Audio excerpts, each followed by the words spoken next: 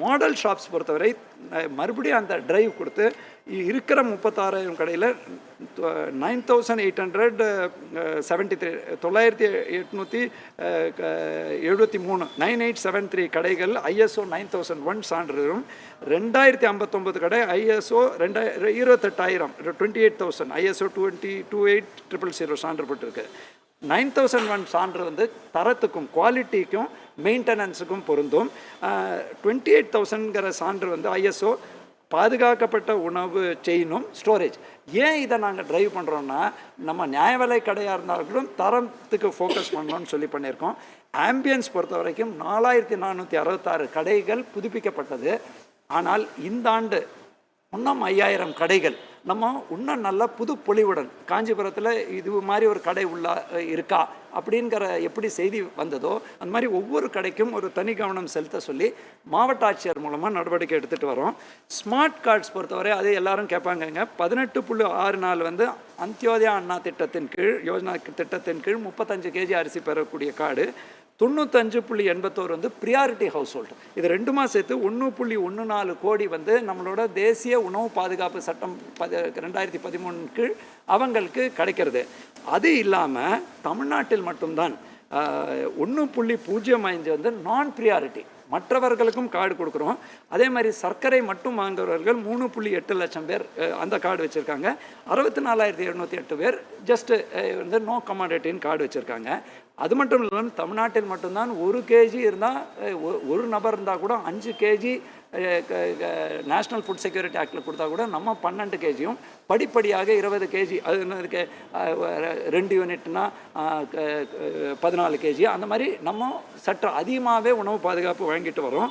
So அந்த மாதிரி பண்ணும்போது இதில் லீக்கேஜ் இருக்கக்கூடாதுங்கிற நோக்கத்தில் 4.5 லட்சம் 4 லட்சம் இறந்து போனவர்களின் பேர் சிங்கிள் கார்டுலேருந்து 4.54 லட்சம் மக்களுக்கு யார் கார்டு திருத்திக்கிறாங்க, கார்டை தொலைச்சவங்க கார்டை தேடிட்டு வராங்க. அதில் 4.54 லட்சம் பேருக்கு டூப்ளிகேட் கார்டு இஷ்யூ பண்ணியிருக்கோம்.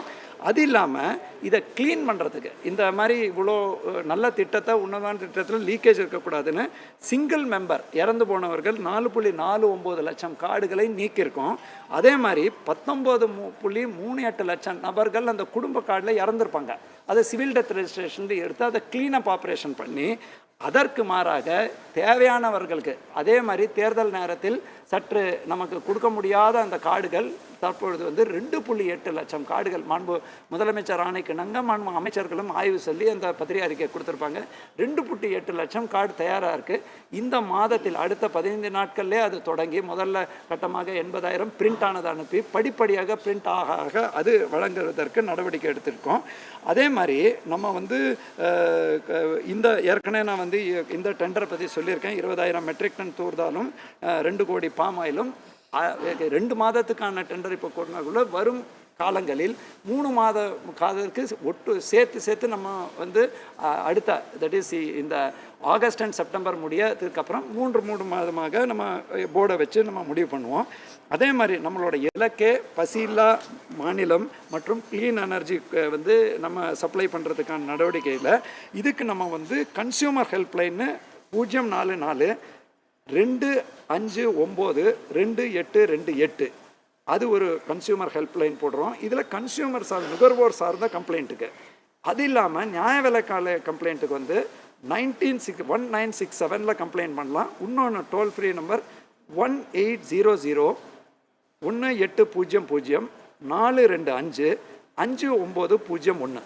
இது வந்து tnpds.gov.in போர்ட்டலில் சில பேர் வந்து கம்ப்யூட்டர் இணையதளத்தில் ஃப்ரெண்ட்லியாக இருந்தால் அதில் கூட அப்ளை பண்ணலாம்.